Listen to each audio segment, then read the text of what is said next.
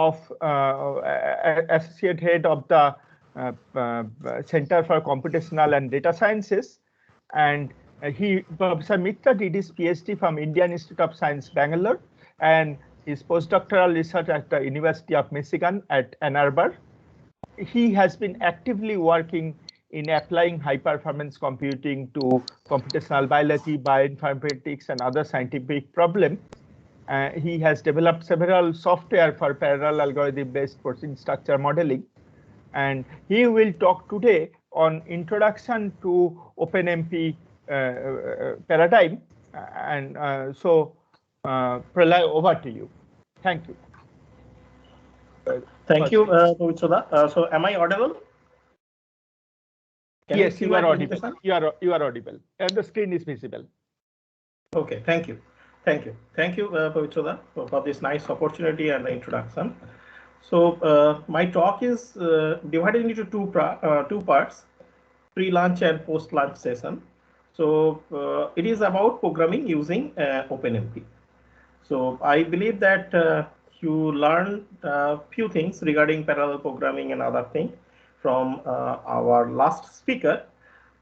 Now to start with this parallel programming, although this OpenMP or programming using OpenMP, I will try to explain some syntax and programs so that you can run on your computer. But before going to that program part, let me tell you a little bit about the computer. So if you do not have adequate background on this one. So in general, when I say it is a computer, so there is a core unit which computes all the things, or which is the core or heart of the computer that I can say, and that is called as the CPU. I know that all of you are aware about this thing, that CPU, Central Processing Unit. So inside that Central Processing Unit, a lot of things are there. So in desktop, you know that what is the CPU. In laptop also, you can figure out what is the CPU. But mostly, I am putting emphasis on the processor of the CPU. So in that processor, when it is a single core, which means there is only one processor, then it is the arithmetic logic unit, in short is called as the ALU, and couple of register files, which is nothing but the storage, which determines the or which actually forms the total CPU or the processing unit. Now this is about the single core system, and when they interact with the bus, and after that one, that there is a system bus. So bus means the connection. This system bus goes to the keyboard, terminal, mouse, printer, network devices, etc., etc.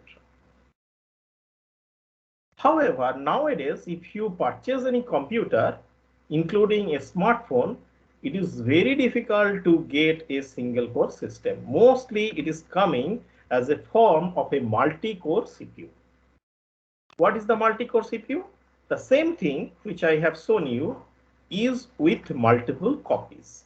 And when there are multiple copies, then definitely they will be identified by several cores, say core 0, core 1, core 2, core 3. And what are there inside? It is nothing but in each core, there is one arithmetic logic unit, which is interacting with the register and through the bus interface to the system bus and others. And for each of the core, the same thing replicates. So you think that whatever you have, your smartphone or laptop or desktop, nowadays, it is the multi-core CPU, not the single core. Now, I believe that you have some knowledge regarding the computer programming, whatever may be the language. See, it may be Fortran, C, C++, Java, Perl, Python. But if you write a program and then if you execute, then it will execute in one of these cores, core 0 or core 1, core 2 or core 3. And mostly it is the responsibility of the operating system, which based upon the availability decides that your program will go to in which core. Okay. Now this is the quad core system, there are 4 cores, 0, 1, 2, 3. There are hex core systems, oct core systems, and right now a lot of cores are coming. If you go to the server version of the computer, you will get even 64 core, more than that one is possible. It is costly, but it is possible. Now the question is, if you purchase a simple desktop system and it consists of multiple cores, and if you write one program which will go to one core, then actually you are not using other cores, or you are not properly utilizing your systems.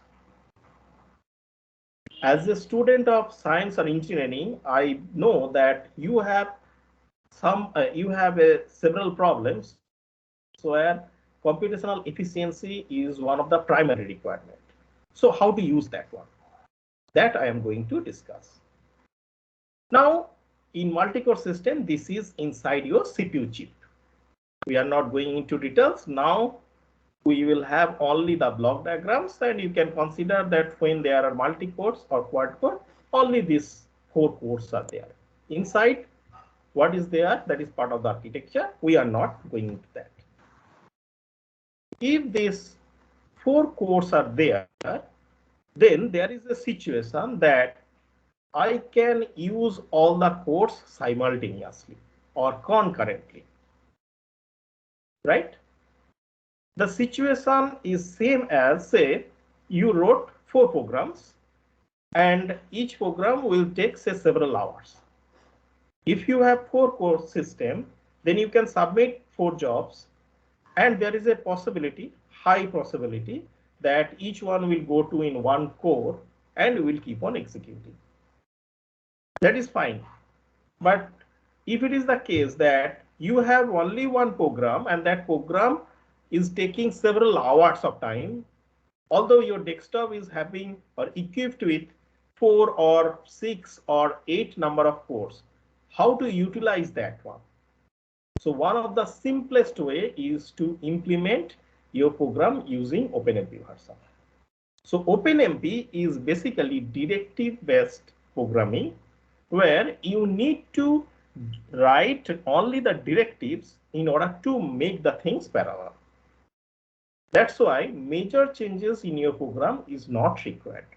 That is one of the major advantage of the OpenMP program. Okay.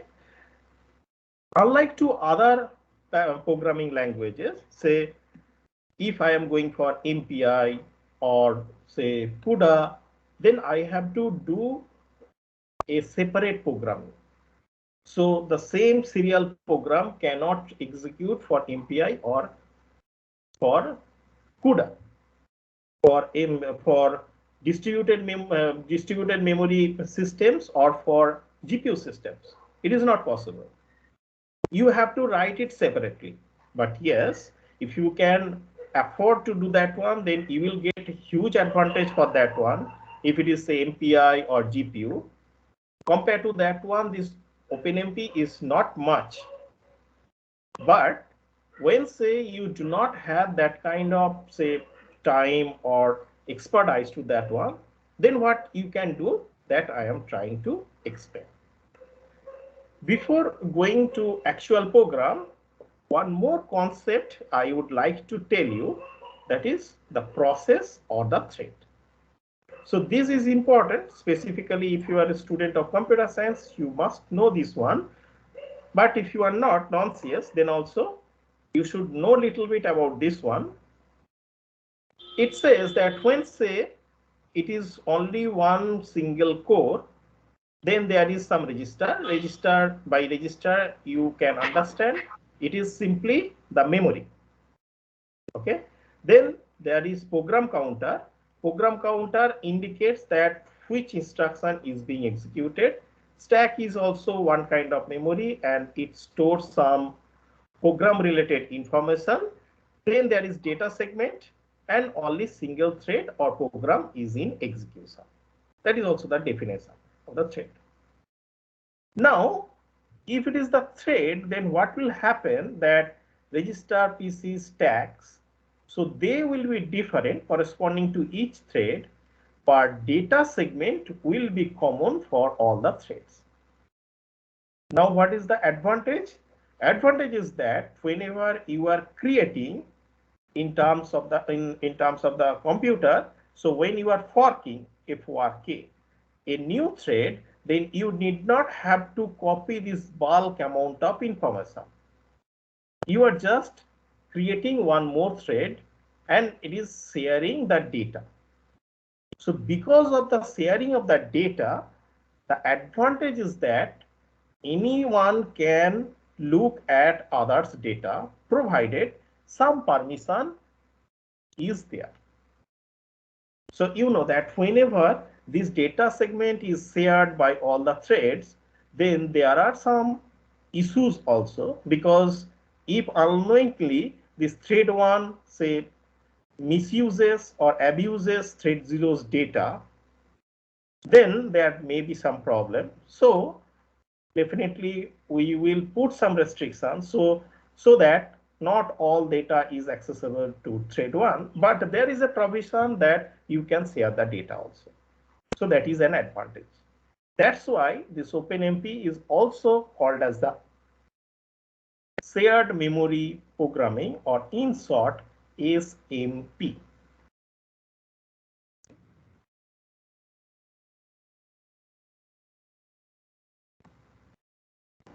So what we understand that I can fork or create a number of threads inside a CPU or core if it is a multi-core system. If it is so, then corresponding to core 0, say I can create 3 threads corresponding to core 1, 3, corresponding to core 2, 3, corresponding to core 3, 3. In total, you see that 12 threads I can generate. Of course, if you look at the specification of the hardware architecture, it will tell you that what is the maximum number of threads it can support based upon its computing units. If you go beyond that one, theoretically, you will not get any error, but practically, you will see that you are not getting advantage for the time. And it is all about the time that you wish to reduce by implementing your serial program in this shared memory parallel OpenMP programming. Okay. So we are almost ready to go for the OpenMP programming. But before that, a simple definition of multi-core architecture. A multi-core architecture or a chip multiprocessor is a general purpose processor that consists of multiple cores on the same die and can execute programs simultaneously. This is important to us. Execute programs simultaneously. That is what we need. There are several applications of multi-core CPU programs: database servers, web servers, compiler, multimedia applications, etc., including, say, weather modeling and others. Okay.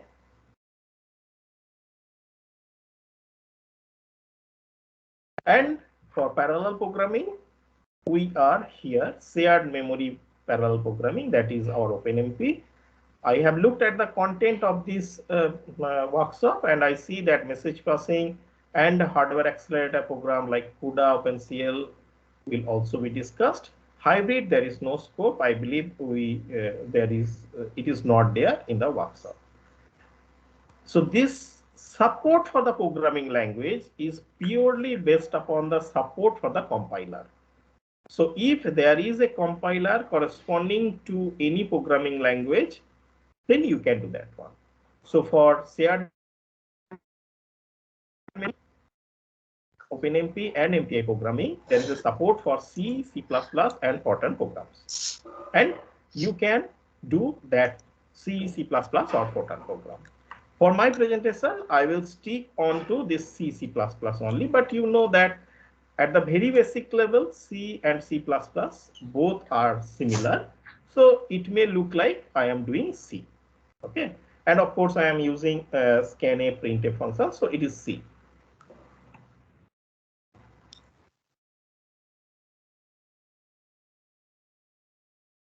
As I mentioned, there are few advantages of shared memory programming. It is mostly directive based. So compile a directive you will add and that's it. That's why it is medium grain parallel programming. Intra-node parallelization is possible. Parallelization for the loop or iteration or the partition, and for the shared memory it is possible. And there are many HPC applications for this. You will see after this lecture that even for your program, what you have written, probably you can parallelize that one and you can get or you can make it faster compared to its previous serial or sequential version. But there are some open issues. Number one is the thread creation overhead. As I mentioned, that threads are created mostly by a system call called as the fork. And whenever a thread is created, so corresponding to that creation, a number of internal housekeeping works need to be done. So that housekeeping works takes little time. Now, if frequently you create new threads, then you know that that will be costly. But if it is the case that the number of times you are creating the thread is less compared to the total or overall running time of your program, then you are in the advantageous position. Also, you need to keep in mind, since there is as such no check on how many threads you can create, so how many threads you are going to create must be limited by the support of the system on which you are working. If you go beyond that one, theoretically you may not see any changes, but you will see that computational time requirement increases. That is because of the fact that the computer is not supposed to execute so many threads concurrently. So there is a context switching going on. And you know, context switching overhead is also too much. That will come on top of thread creation overhead. Because of that, it is likely that your program will be slowed down. So be careful about that one. If you are familiar with C or C++ programming, then you know that this is probably the best or well-known fast program for your C. There is one header file stdio.h. I included that one. Integer main is the only function. I am writing printf hello world and I am returning 0. That's it. And you know, if I compile this one and then execute this one, it will print hello world. So since it is hello world, this program is also commonly called as the hello world program. Okay. Same thing I am now implementing in OpenMP. What I am doing, as I promised and I said, that this shared memory OpenMP programming is mostly directive based. Major changes you need not have to do, only you have to add the directives, of course, after analyzing the program. Now for this, what modification I have done, you see that only my red lines, you follow that one. So first you check this one. So has pragma space OMP space parallel, then opening brace, closing brace. This indicates inside this opening and closing brace, whatever statements will be there, they will be executed in parallel. Okay, I said will be executed in parallel. I didn't say that how many instances of the parallel program will be generated, or how many times this hello world will be printed. That is based upon the number of threads you have created. There are 3 different ways you can create a thread for your OpenMP program. I'll come to that one. But if I assume that those threads are created, then this pragma OMP parallel will execute and each thread will print one hello world.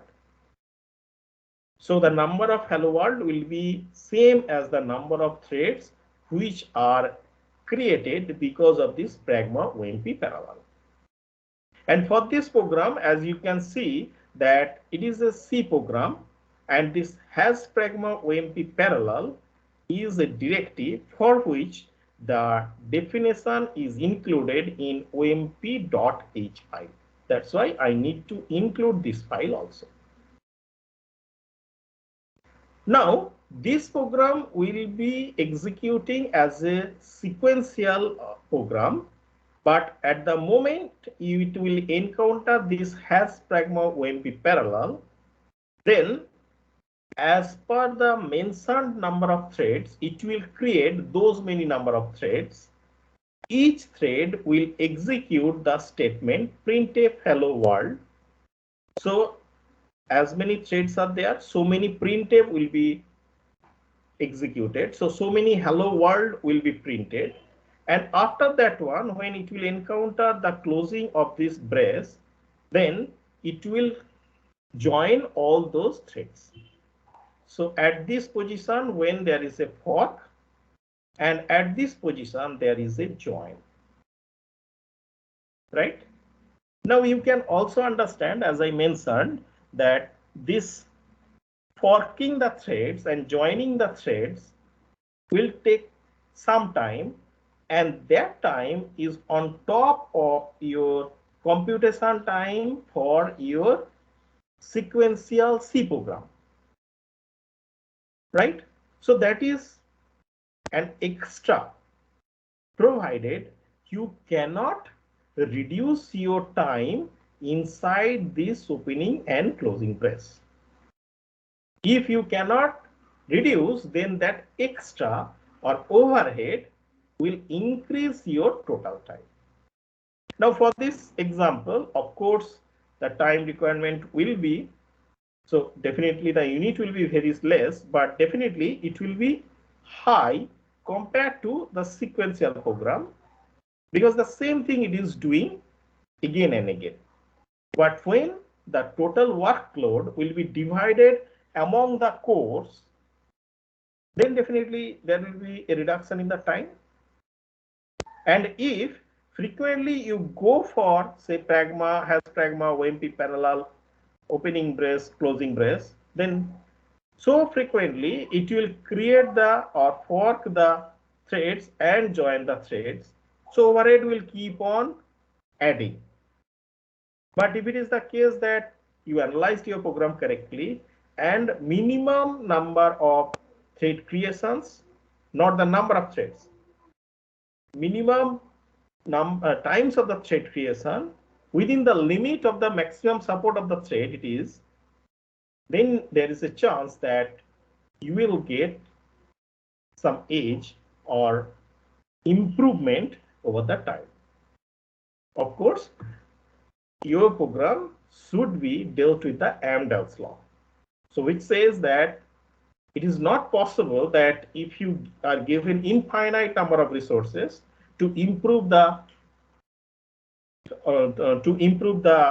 time efficiency of your program, but you can improve your program where there is a maximum amount of parallel segments possible. So if there are sequential portions, so your improvement will be limited by that. Now let us compile this program that I wrote, that simple program. Before compiling, so I believe that when you are programming, you are using some Unix-based system. But if you are not, then also you can check. So, but you need to locate omp.h for the existence. If it is not there, then you have to install omp.h, because you have seen that the header file for has Pragma OMP parallel is omp.h. Once you located that one, for my system, it is the location. I have a Linux system and it is the location. Next, you have to compile. Again, I am giving you the compilation command for the Unix systems, G++ So here is the name of the program, hello_openmp.c. This -f openmp is the flag which says this program is going to be an openmp program. That's it. It will generate by default a.out that you are familiar with. A.out it will generate. Then you can execute ./a.out. What will be output? I'll go to the next slide. But for your information, I am giving you some other flags. In my system, আমাকে mail পাঠিয়েছে, আমি mail করেছি, আমাকে ওরা একটা link পাঠিয়েছে, ওই লিংকটাতে আবার কাজ করছে। Pralay, you please unmute yourself once more. Pralay, you please unmute yourself. Okay, I did.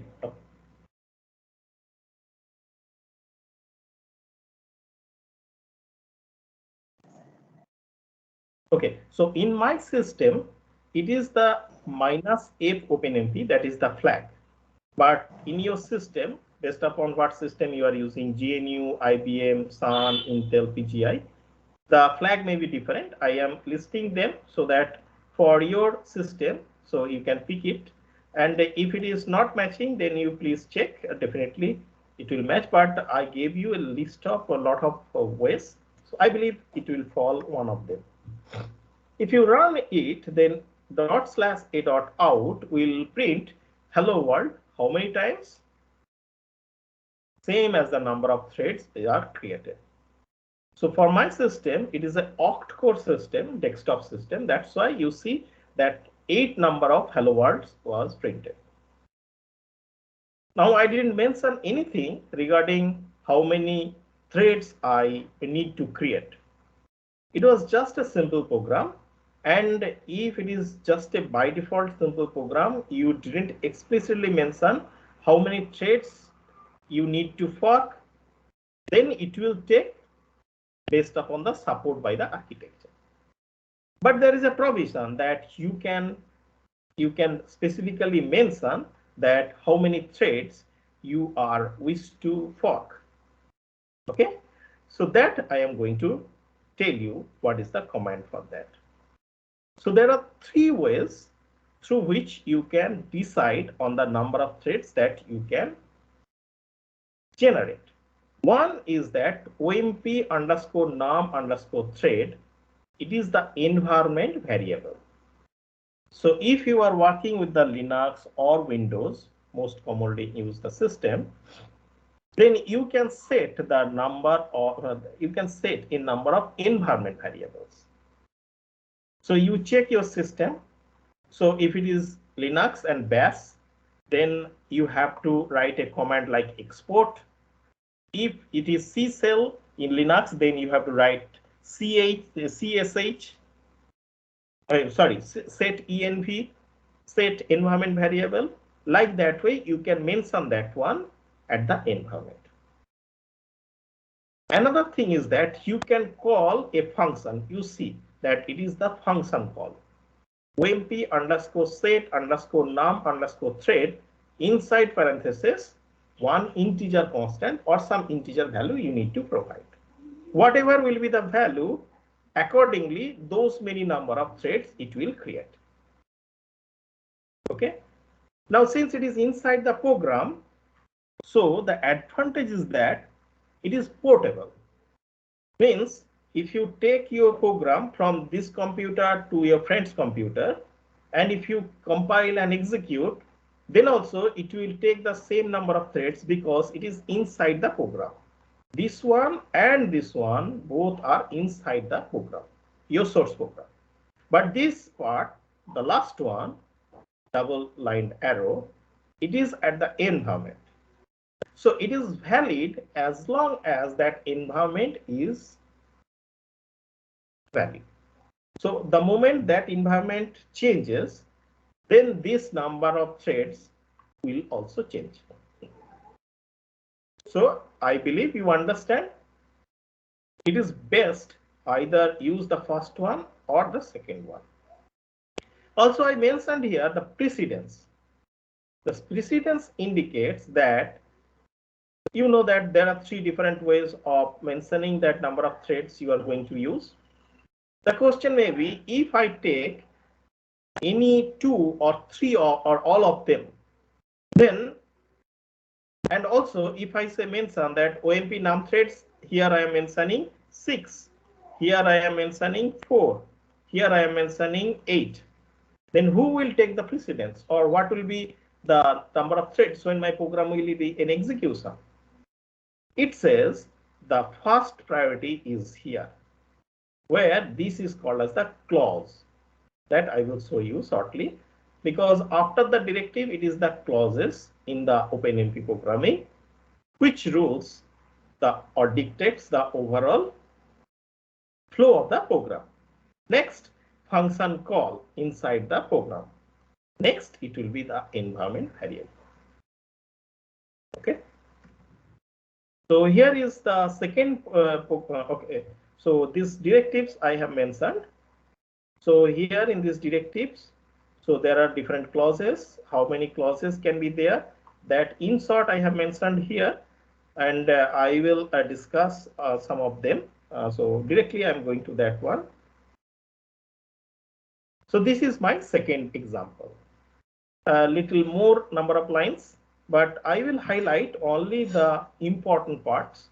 If you follow the green arrow, those are different or unique corresponding to OpenMP programming. The rest are simple C program. So stdio.h, then omp.h, these 2 header files are required for inclusion of some functions that I have used.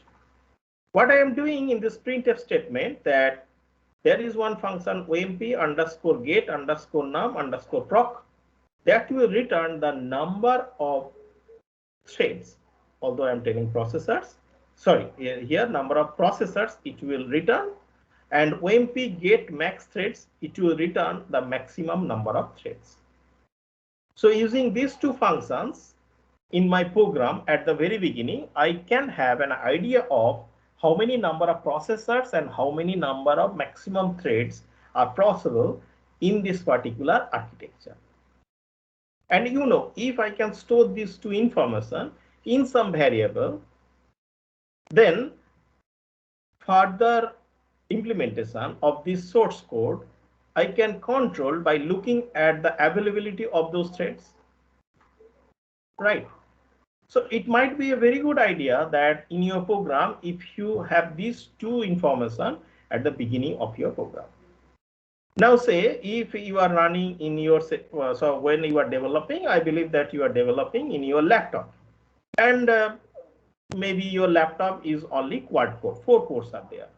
Then you are taking your program to say your department, and in your department there is a, say desktop server. In that desktop server, let us assume 32 cores are there, right?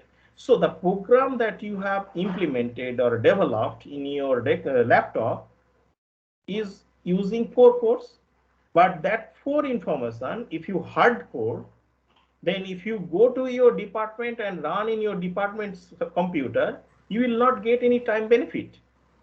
But if you use that information in a variable by looking at the number of maximum threads and maximum processors which are there, then accordingly, when you will take your program to your department's 32 core system, it will gain a huge speed up compared to your laptop. And the same program, when you will take it back to your home, and say during the weekends or during this lockdown period when you are working at your home, then you can develop in your laptop, but do not overload your laptop by asking to generate 32 cores. You say, okay, how much you can give me? 4, fine, you do it for 4. But when it is in the desktop server, you will ask that how much you can give, and when it says that it is say 32, okay, fine, go with the 32. That might be a very good idea for your programming. Now, when I got that one, then of course, using the parallel programming, I am dividing my workload into different threads. Threads will be numbered by 0, 1, 2, 3, 4, where 0 thread is sometimes called as the master thread.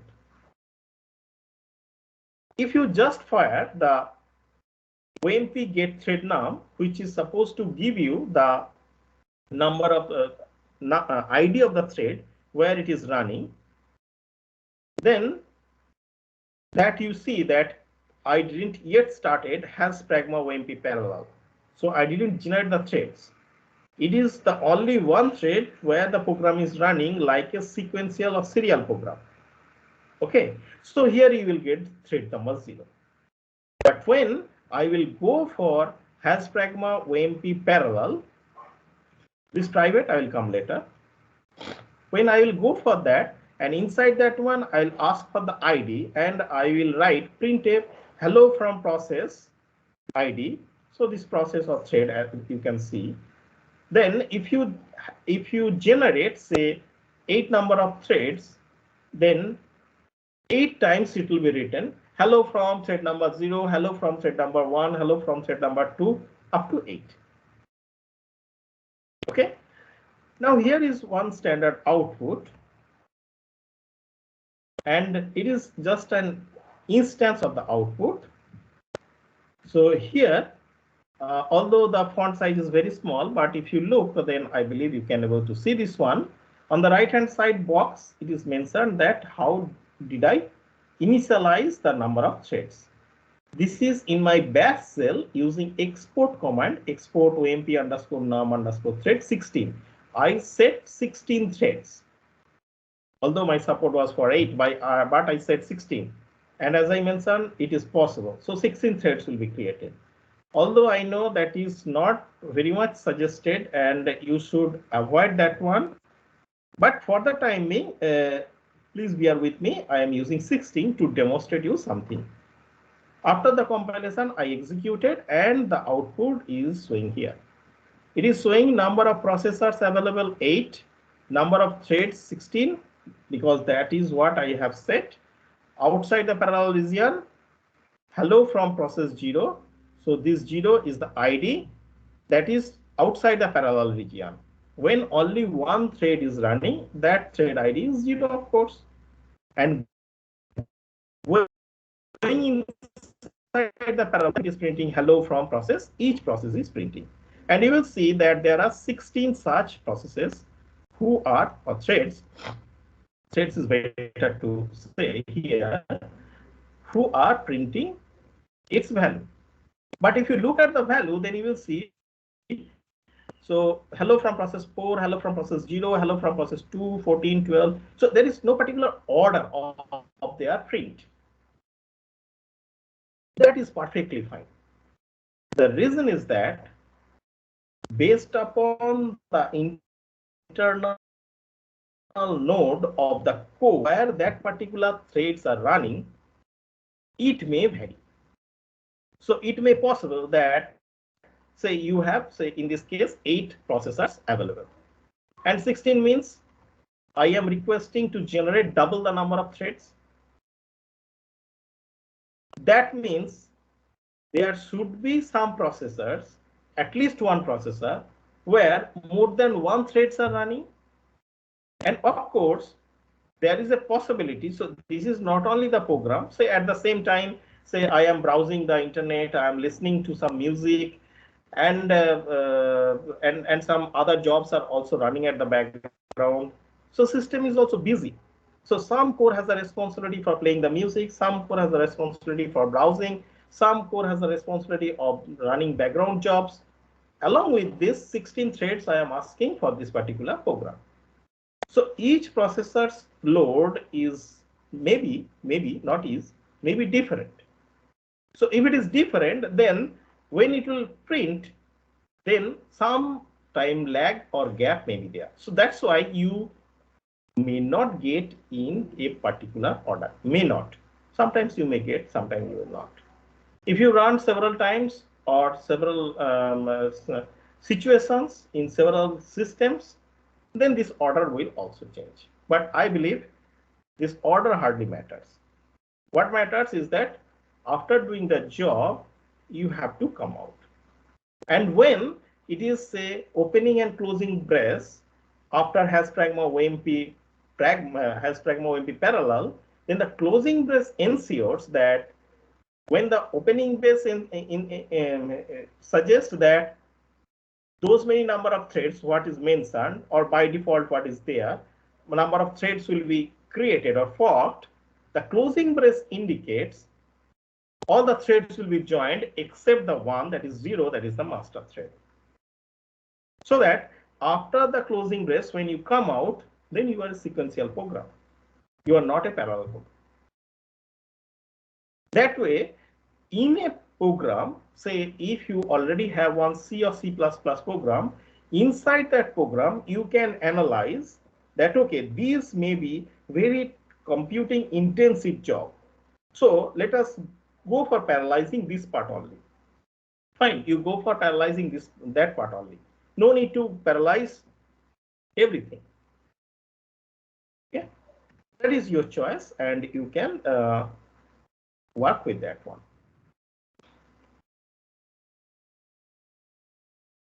Next, here is a small program which actually prints one, say, matrix format like this. Here you see that 7 rows are there and 7 columns are there, and numbers are like 101, 201, 301, like this way, and in a particular order. I am computing using this for loop. It's a simple program. I am not going into detailed explanation of this one. Recorded video will be there. You can look at this later. But what I am going to do, I understand that for loop is making some requires little more time. That's why I make it parallel by writing it here. Has pragma OMP parallel, opening brace, closing brace. My intention is very simple, to divide the workload of this for. But if I do that one, then I will get some result which is haphazard. It may not be something like this, what I got, maybe something different. But the reason you see here is that if you draw the analogy with our first program, where inside the has pragma OMP parallel, we have written printf hello world. Then what happened? Printf hello world. So hello world was printed 8 number of times because 8 processors was there. Okay. Now in this case also, this particular loop will be executed. Sorry, up to this one. This particular loop will be executed as many number of threads, so many number of times. So in each thread, this particular loop will be executed. Now you see, that is not your intention. Your intention is to divide the workload so that, say, if there are 7 rows and 7 columns, say I will declare 7 threads, and I'm expecting each row will be printed by each thread, or each row will be computed by each thread. Printing is here, so that is different. Maybe one sequential program can do that one. But for computation, although this computation is very simple, 1 division, 1 addition, 1 remainder function, 1 addition, but there is a sleep. Okay. But if it is a very complex computation, so I am expecting each row will be computed or will be taken care by each thread. If it is the case, then of course I am not able to achieve that one. So for that, I need to come up with some different idea. But if I wish to fix this, okay, let it be. Since it's a very small program, doesn't take much time, so let it run in all the threads. But I want the correct output, because previously, going to the last slide, previously you probably noted that the output was not correct. This is my execution. In your execution, it may be different. Sometimes it may come same also, but that I cannot guarantee for always. Now, if I want a guaranteed solution, something like this, which will be printed, and I said that I don't mind if every thread also writes that one, but my only concern is that there will be no logical mistake. So it will be perfect. Then what modification I can do? I can write private temp with J. This red color indicates that variable temp and variable j, these two are temporary variables, they will be private corresponding to each core. I'm sorry, corresponding to each thread. So in each thread, they will be private. This temp and j, they will be private. So I mentioned in my diagram that when there are multiple threads, then there is a data segment, which is shared by a number of threads. So anybody can see others' data and also can read and modify others' data. That is an issue with the sharing of the memory, which doesn't occur if corresponding to each thread there is a private memory. But if corresponding to each thread there is a private memory, then that restricts the access by one thread for others' data, which may be costly in some other cases. Now, if I declare private temp j, then I am making sure that these two variables, temp and j, will have a local copy corresponding to each thread. So this one will have one temp j, this one will have one temp j, this one will have one temp j, and nobody can nobody can modify other temp variable or j variable. If it is, then in this program also I will get the correct output. But again, that is not what I am looking for. I am looking for dividing the total workload among the threads so that they are reduced, and as a result, I will get some advantage for the time. That is called as the work sharing construct. Okay, so that work sharing construct we will continue after the lunch when we will resume at 2 p.m. But up to this, if you have any question, please let me know. Yeah, so Pratik, can you unmute yourself and ask?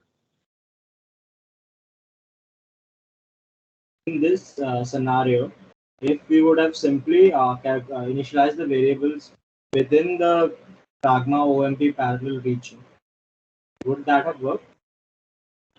No, if you declare inside that one, then that will be local variable to that block, and that block that in that case it will be again private. So instead of private MJ, we can also do it that way. Yes, if you declare that way, then it will work. Definitely, it will work, because in that case also it will be private. It will not be shared. It will be shared if it is declared outside the. Okay. Yes. Correct. So in a way, when we say private temp j, what it's actually doing is it's declaring in temp and in j, it's declaring two variables based on the data types it can previously find. So these variable temp and j, suppose if outside we had initialized temp to 50 and inside we print temp, then would it show the value of 50 if we have declared it as private and we are not overwriting it?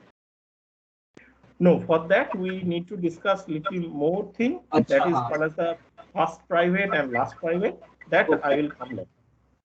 So, एक और question था. I had one more question. So, in the other section, we saw a num threads part and an OMP num threads part, and we saw the environment variable. So, in that, so the priority order, you mentioned that the num threads has the highest priority order. Right. Yes, like so. If so, the num threads, does the num threads have a highest priority order because it's the most recent one that OpenMP will find, or does num threads have the highest priority order because it's coded that way? Suppose no. No, because it is most recently seen. When it is num thread, then it is coming as a clause. Clause, yeah. So the clause is most recent. That's why. Exactly. So it is valid inside that particular block where it has been declared. And if it is a function, then also you know that this function scope is also where it is called and up to that when it is not, as long as it is inside that particular function. Yes. So I had one more doubt. Suppose, let's say that you have some programmer who messes up. Let's say we all make bugs. So let's say I in Pragma open OMP parallel num threads, I have set it to 4. Then I have called a function that's been written by me, and in that function I have called OMP set num threads, and I have set it to 10. Like noob mistakes that everyone makes. So no, you tell me again. It was not clear to me. So it's not exactly an error. I want to know what would happen. Like suppose, let's say I have a function called matrix adder. Mm-hmm. So I have a hash pragma OMP parallel, and I have specified num threads, and I've set it to 10 there explicitly. Then Okay. I call my matrix adder function, and in that matrix adder function, I by mistake set OMP set num threads again, and I set it to 9. So Right. what would happen like in this case? Within the OMP parallel, if suppose it's set to 9. No, there will be no syntax or semantic error. Only thing is that when this particular num threads block will be executed, then 10 threads will be created, and when it will be outside that one, so 9 threads will be utilized. Okay. So we'll remember these 10 threads for these. Achha, correct. 10 parallel threads have already been created. And then when the execution finishes, it remembers, okay, yeah, this function was called at 9 threads. Yes. Thank you, sir. Thank you, sir. Okay. Okay, so Pratik is done. So Rick or Saurabh? Saurabh, do you want to speak? Rick, do you want to speak? Yeah, Saurabh. Yes, sir. Go ahead. Okay. Yes, sir. Hello. Am I audible? Yeah, you are audible, Saurabh. Go ahead. Yes, sir. Yes, sir. I want to ask, sir has just told us about how the user-defined function and user-defined programming can help us in knowing the number of threads and assigning the number of threads for a particular means computation problem. But if suppose if there are certain kinds of commercial softwares which are being run within the HPC framework, then how those commercial softwares like for simulation we use Abacus and COMSOL, such kind of software, how we can use those software to know the number of cores and assign the number of cores for a particular simulation problem. No, that's not a problem. So that is a very good question. But look, whenever it's a commercial software, then you need to install that software. And whenever you install that software, you will see that there is one configuration file. The configuration file, when it executes, so it reads your architecture and operating system related information, and it stores that information inside itself. That is first thing. Another thing is that here also I mentioned that in my second example, if you follow, that using two command omp underscore get num proc and omp underscore get proc max threads, you can also read how many number of threads or how many number of processors are there, what is the support. Then accordingly you can do that one. The example that I have mentioned, that you are developing your program in your laptop where there are 4 cores, and in your office or in your department there is a desktop server where there are 32 cores. Now if you hard code that one, okay, so you do this program, do this parallel programming by creating 4 threads, then it will be a foolish work, because when it will be executing in 32 core system, then only 4 cores out of 32 will be used. On the other hand, if you keep a variable in your program, so at the very beginning you read number of processors and number of threads and store that as a variable and use that variable information to dynamically change the number of threads which will be created based upon the support of the system, then that will be a very intelligent way of doing that one. And all the commercial softwares used to do that one. Yes, sir. Thank you. And sir, one more question. Thank you for answering this. One more question. If suppose many people are using that same server, then will my number of cores which is number of threads which is available to me, that will be affected, or? Yes, of course. That is a good question. Yes. It is true for all the multi-user systems. Now it is the responsibility of the operating system, but if you are working in some cluster which is managed by some job scheduler, then it will be the responsibility of the job scheduler. If you submit your jobs to the scheduler, that it will decide that where to allocate your job. So that is one of the primary reasons. If it is there is a so that is one of the primary responsibility of the job scheduler. And that's why for a large system, even for our Param Shakti, so we have one job scheduler. Everywhere when there is a large cluster, you will see that you cannot submit the job from the terminal, which is called as the interactive job submission. You have to submit through the scheduler. And scheduler is working on top of the operating system. When you submit at the operating system, so operating system will submit the job. Now say, as you mentioned is correctly, that say if there are say not four, so let us take say 32 core. 32 core systems are there, but 4 students are using that one. Now, if you are using, or say in your program, if you read, then the system will say 32 cores are available, but it will not mention you that some of your friends are already using that one. It will only read the hardware information and will tell that to you. So that is one of the limitations of directly submitting the jobs from the operating system. And if say all of your friends are using say 32 core, or if the sum of the requirement is more than 32, then that will slow down the program. It may affect one program or multiple program based upon what kind of program it is, IO intensive or CPU intensive, based upon that one. But if you submit through job scheduler on top of the operating system, it looks at the available resources, and it will also ask you during the job submission how many resources are required for you. Then you cannot read and make it a variable, but you have to make a variable by assigning that I need this many number of resources. And then job scheduler will make a match. Okay, so you need say 8 core, and do I have 8 core available in my system? If yes, then only it will run your job. Otherwise, it will put your job in a queue, as long as it will not get 8 number of cores. Okay, sir. Thank you. Thank you. Okay, thank you. Thank you for that, sir. Yeah, participants. So Professor Mitra will also be continuing in the second half also. So maybe you save your questions. You can ask them in the second half, because right now let us break for lunch and we have to start again at 2 o'clock. So all the participants, we will start again at 2 o'clock sharp.